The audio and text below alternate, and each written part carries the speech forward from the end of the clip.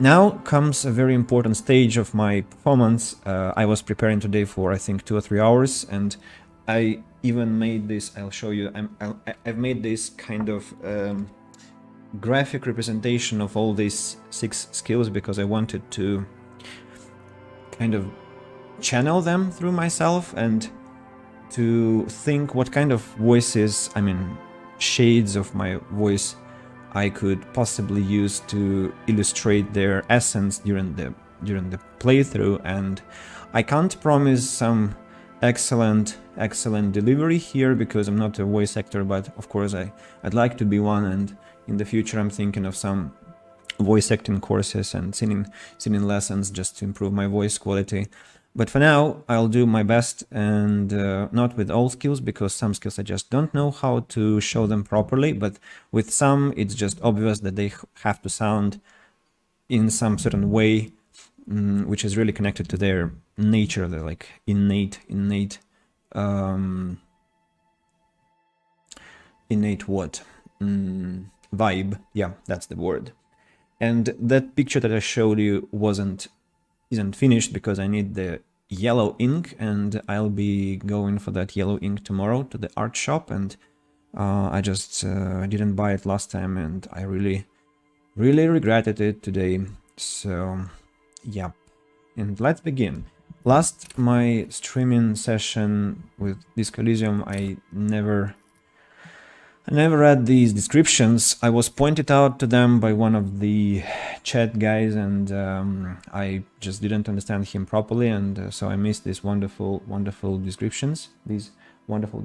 Now I'm going to correct this omission, this sin of omission, and here we go. The first one is logic, and logic should be some kind of a very kind of cold and reasonable voice, and I'll be trying to imitate that and read all the descriptions that we have on this page, and then we'll proceed with the game. So, logic. Cool for analysts, pure rationalists, obviously logicians. Logic urges you to analyze the living daylights out of the case. It enables you to piece evidence together, detect inconsistencies in statements, and impress everyone with your astonishing conclusions. It's the bread and butter of many a detective. At high levels, logic will be able to solve even the most complicated puzzles. You'll be very proud and thus susceptible to intellectual flattery, for those blinded by their own brilliance often miss important clues. With low levels of logic, you're going to have a hard time solving even the simplest puzzle. Even if you find the pieces, good luck putting them together. So that was kind of emotion. I hope it was an emotionless voice. Now encyclopedia, something like that. Something also emotionless, but more narrative here. So, encyclopedia. Cool for thinkers, historians, trivia freaks.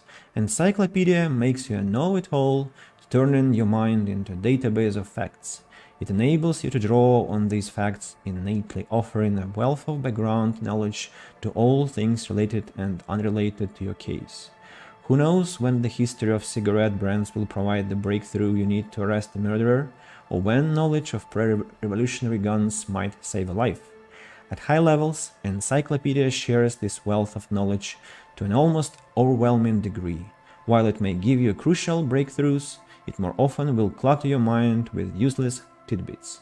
With low levels of encyclopedia, though, you'll be forced to work with only the clues in front of you. Without any background knowledge, copying is going to be tough stuff. That was in a kind of encyclopedia narrative. Now, rhetoric. Rhetoric should be, I guess, something more, how to put it, more passionate, more charismatic, and so it has to be like a speech. And so let's try and do it. Rhetoric. Cool for ideologues, conversationalists, would-be politicians. Rhetoric urges you to debate, make intellectual discourse, nitpick, and win.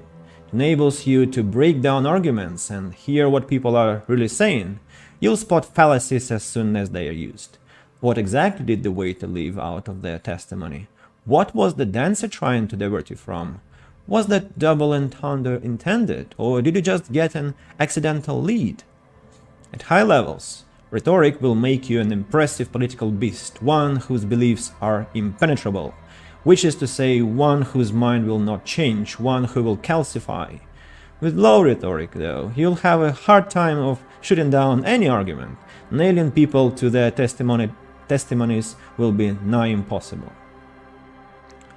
I actually was quite struck by this, like, I was reading this. I think they have an extra E letter here that has to be N-I-G-H, which means near impossible, and neigh is actually what horses do. So I think there is a typo here, but well, I think we could forgive that.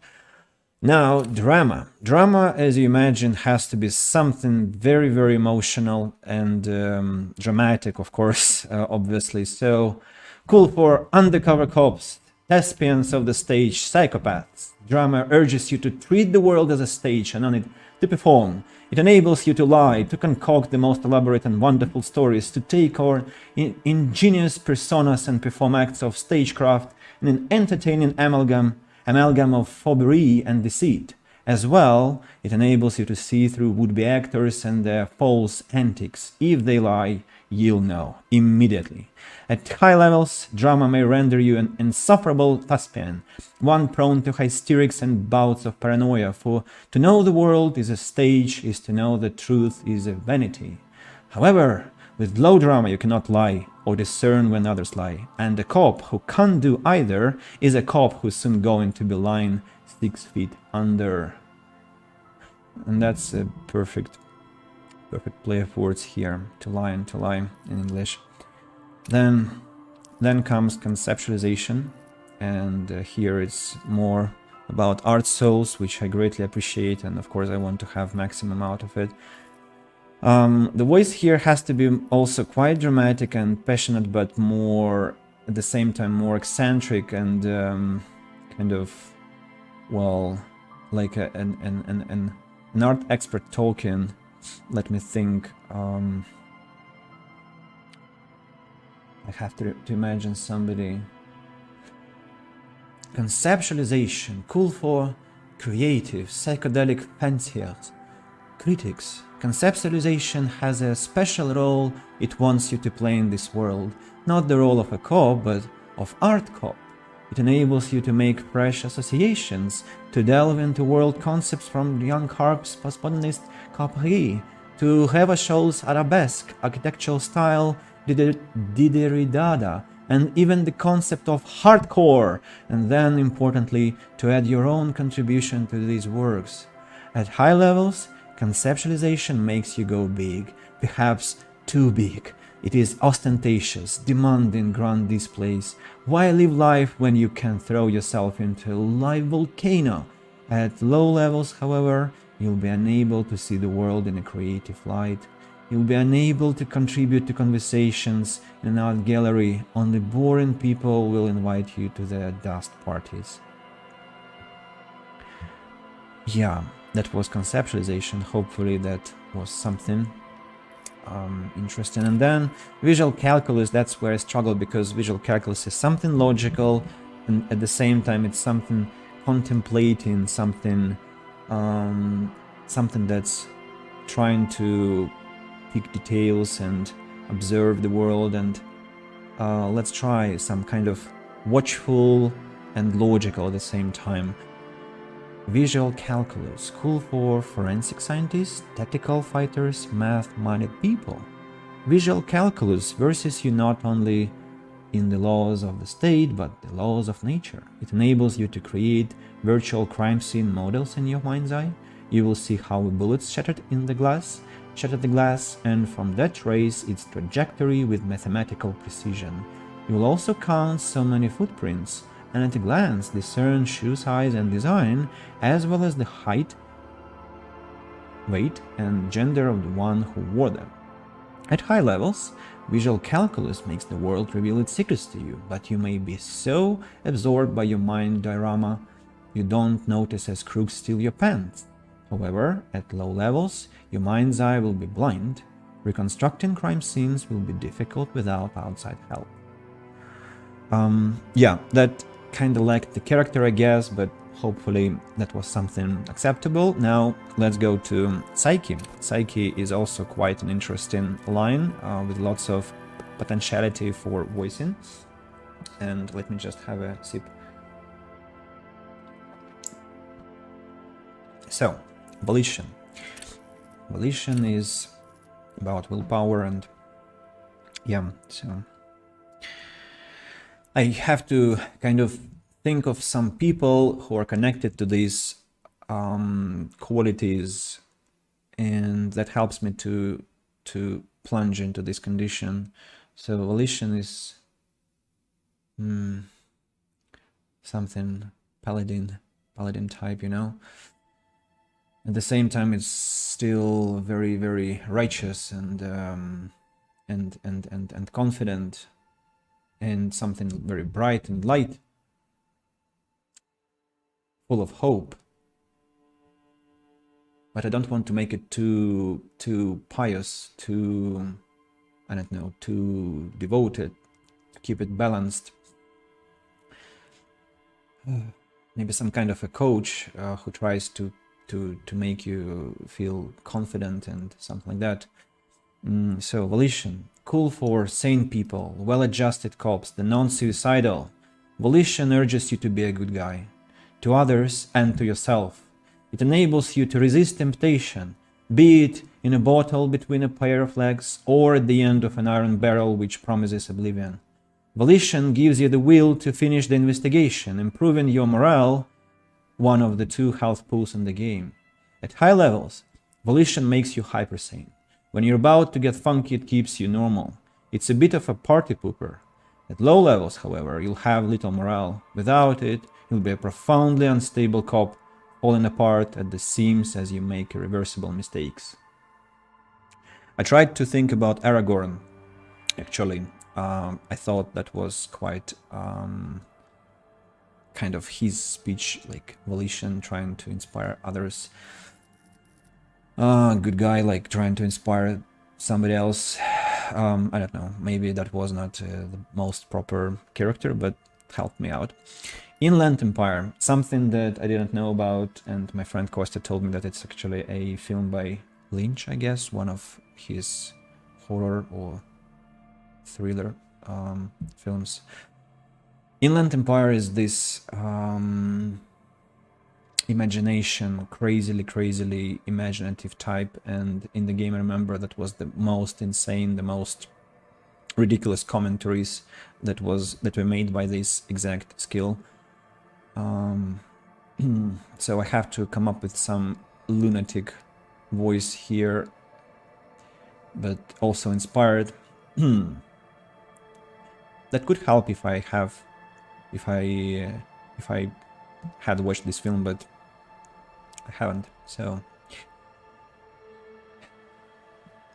Inland Empire, cool for dreamers, paranatural investigators, mental creators. Inland Empire is the unfiltered wellspring of imagination, emotion, and foreboding.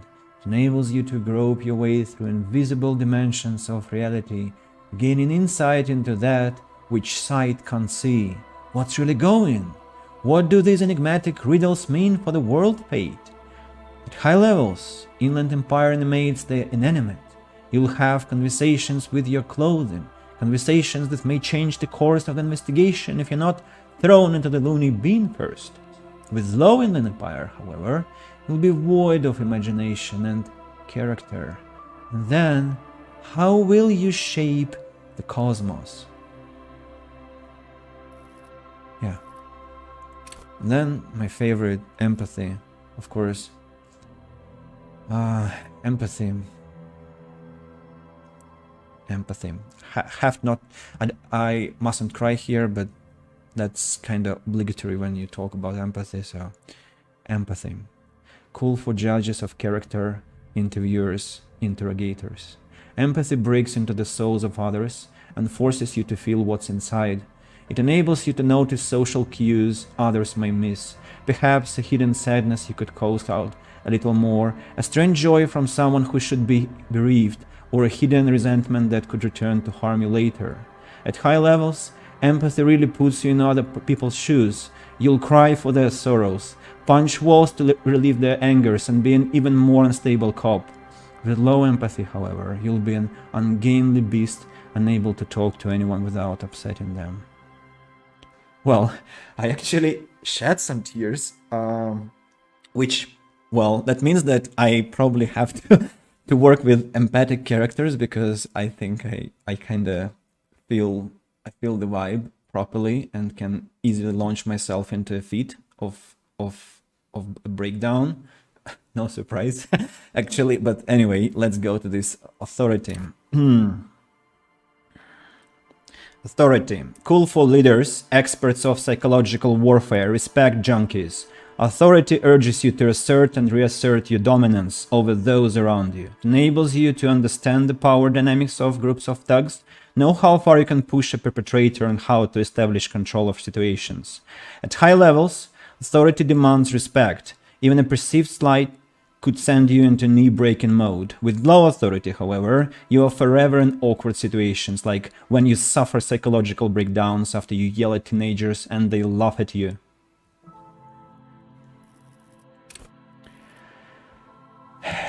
Esprit de cop. Cool for cops, cop aficionados, pretend cops. Esprit de cop is the very spirit of policing, the copgeist. It enables you to understand your blue-souled sisters and brothers, not only by picking up subtle signals from your partner, but by witnessing flash-sideway scenes as they play out in your precinct.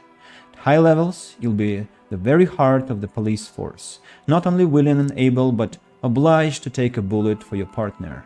However, without esprit de cop, you will be flying blind, unable to understand discreet remarks colleagues make in high-stakes situations, remarks that might just save your life.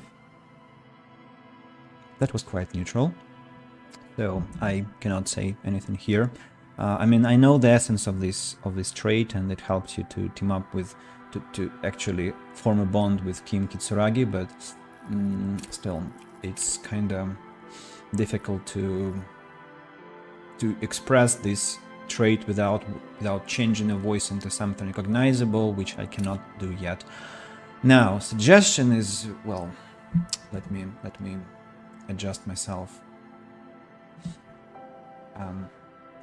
Suggestion, cool for diplomats, charmers, sociopaths. Suggestion urges soft power approach. If people think they want what you want, you're already cool for diplomats, charmers, sociopaths. Suggestion urges a soft power approach. If people think they want what you want, you've already won. The skill enables you to implant ideas into the minds of others. You can make the citizens like you more. You can make gangsters turn on each other too. Many crime rings have been broken by just a little doubt, after all. At high levels, suggestion makes you affable to everyone, and more resistance to their charms in turn, but all that schmoozing and losing charm will make you slimy, and you'll know it, even if no one else does. With low levels of suggestion, though, you'll have difficulty getting any kind of rapport with others. You'll be alone, both during the day and at night. Yeah, that was line number 2. And now let's go to this physique, and that's where it becomes really difficult. And with motorics, I even don't know how to impersonate the traits here, but I'll try what I can do. So the first one is endurance, and here it's this kind of, not dichotomy, but how do we call it? Like, let's put it like hard choice between following this stereotypical brute, but I don't really want to simplify it like that, so I'll just make a strict voice, I think, and also like play with my shoulders a bit, I guess, and maybe that will help. So endurance, cool for fighters who can take a hit, lookouts who don't sleep, human better ease. Endurance is your metabolism and circulatory system. It improves your health, one of the 2 health pools in the game. It enables you to survive being a cop. Who cares if you can't aim a gun, if you can take a few bullets? Why be afraid of drugs that hurt your health if you're a very, very healthy man? At high levels, endurance enables you to take a few knocks to the head, enjoy a greater quantity of drugs, and shake off a few cardiac arrests. It makes you a powerful man who looks down on the weaklings who can't keep up. However, cops with low endurance are likely to struggle. The body is frail already, and the flesh of a cop will often be tested, and if it doesn't pass, it dies. Pain threshold. That's also quite a character. Pain threshold. Cool for unstoppable fighters, guys who won't die, masochists. Pain threshold ignores damage so you can push on, bloodied and crawling, to the bitterest end. It enables you to negate damage you would otherwise take, even mental pain, heartache and loneliness. In fact, these things can become a thrill you seek out and perversely revel in. At high levels, pain threshold turns in on itself in seriously unhealthy way, with full-on self-destructive behavior. With a low pain threshold, however, you will suffer too easily. Even a slap from a teenager will make you whine and complain. And then physical instrument comes.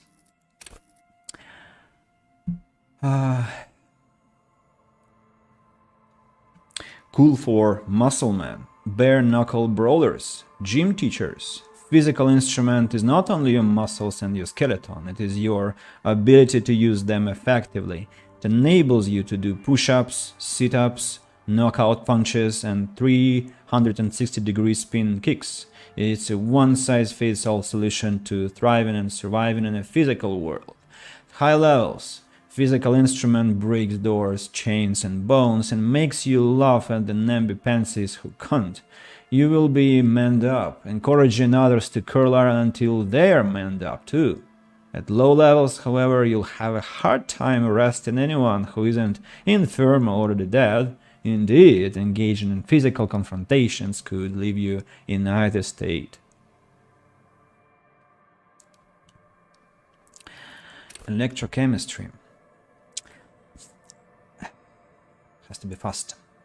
Electrochemistry. Cool for high flyers, party enthusiasts, cops who need lightning. Electrochemistry is the animal within you, the beast longing to be unleashed, to indulge and enjoy. It enables you to take drugs with fewer negative side effects. It also enables you to better investigate lurid matters if you need to understand the chemical breakdown, or talk to someone blasted out of their mind, or understand sexual dynamics. Electrochemistry is there to guide you. At high levels, electrochemistry makes you a man of unrestrained pleasure, an unrepentant Lothario who leers at people with a bottle of speed and plastic band destroying their hands. But with a low electrochemistry, you'll be too innocent to be effective. Without a working knowledge of drugs and sex, the city will be difficult to understand.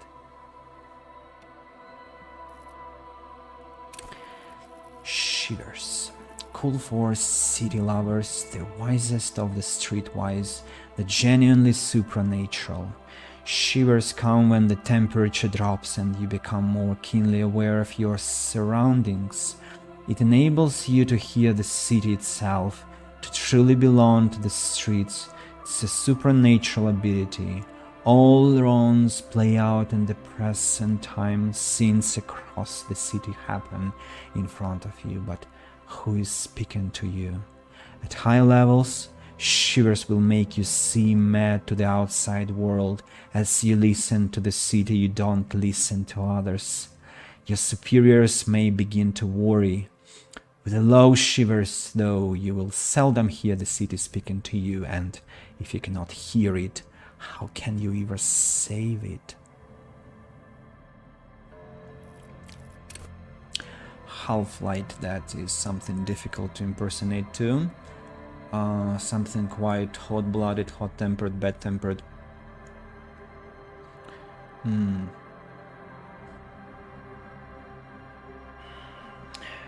Half-light. Cool for high-strung investigations. Investigators shoot now, ask questions later. Cops surprise haters. Half-light is your fight-or-flight response. It enables you to sense the way situations are about to turn. It injects fear into your heart. Fear that urges you to act before it's too late to act ever again, fear that makes you frighten others. It's the aggression that lets you squeeze every last drop of information out of a weakness.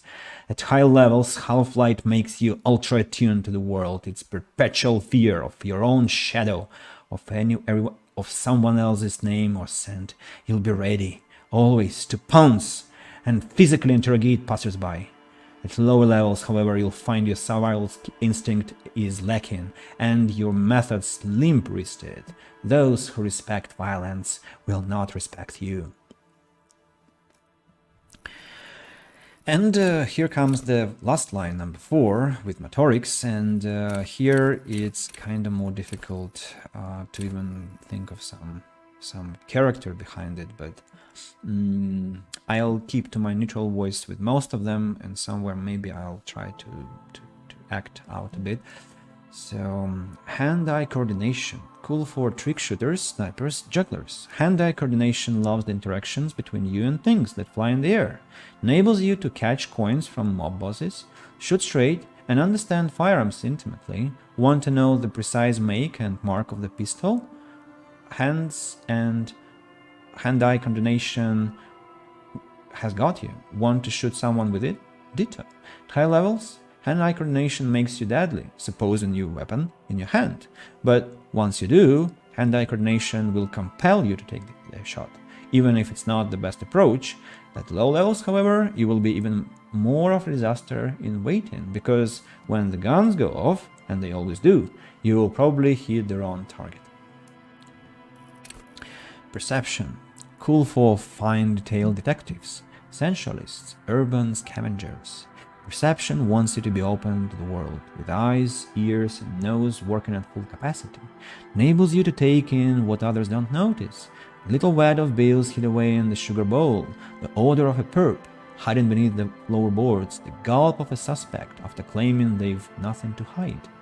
At high levels, perception takes in every final detail of the physical world, enough to overwhelm all but the strongest mind. However, with low levels, you are going to miss out on everything. After all, you can't arrest what you can't see, hear, or smell. Reaction speed probably should be kind of hasty and sharp. Cool for shot dodgers, thinkers on their feet, pinball heads. Reaction speed is the agility of your body and mind. It is instinct. It enables you to dodge punches, knives, bullets. Also sucker punches of the verbal kind. You'll be more streetwise, never lost for words or lacking a witty comeback. Your mental alacrity lets you connect little details on the fly, working in tandem with your intellect skills. At high levels, reaction speed makes your twitch reflex freakishly good. However, when your body acts before your mind, innocent situations can turn bad fast. You're high-strung, overly alert. At low levels, though, you won't be the one shooting first, which probably means you won't be shooting at all.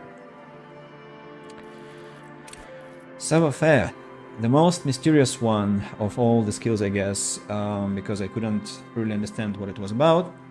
Now I think I know. So it's cool for acrobats, thieves, unbearable shows. Savoir-faire urges you to be better than you are. It urges you to be disco, slip by others in samurai boxing style, then tumble out the back with unexpected acrobatics. It enables you to move with silent footsteps, to groove around to a good beat, and to lift useful evidence of preps without them noticing.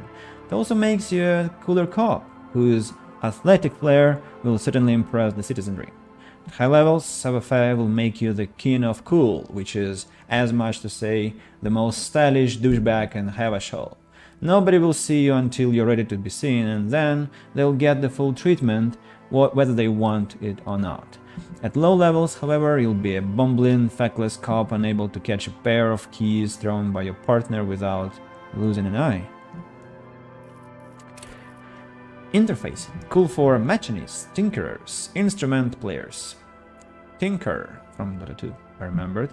Interfacing wants you to connect to machines, to use and improve them, because that makes you a better human organism, enables you to understand interactions with machines, but be that how to repair the motor of a Kinema motor carriage, how to analyze the way a suspect used the pen, or how to refigure electrical circuits. It even lets you steal keys off a keyring without being noticed. At high levels, interfacing will isolate you from society. Why bother with people when you can talk to machines? And why bother with things like money when you can just pocket that display sandwich? At low levels, however, you'll have a crucial part of the world cut off from you. People use machines to commit crimes all the time, and if you can't understand how a crime was accomplished, how can you solve it? And the final one, composure. Cool for card players, military fetishes, cool people. Composure wants you to not crack, or at least it wants you not to crack in front of other people. Enables you to put up a strong front, keeps your emotion hidden from the world, and helps you to read the body language of others, to sense the cracks in their own composure. As well, it keeps you looking good while you do it. You'll rock the disco outfit a lot more if you don't slouch.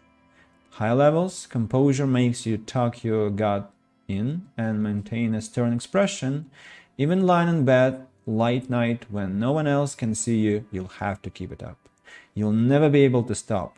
With low composure, though, you'll always be the first to crack. Every cop's got a point when all that fear and rage comes spitting out, and the ones who unleash it don't stay on the force much longer. Perhaps, worse still, you won't even make the ranks of fashion police. Yep, that's it. Hopefully that was at least partly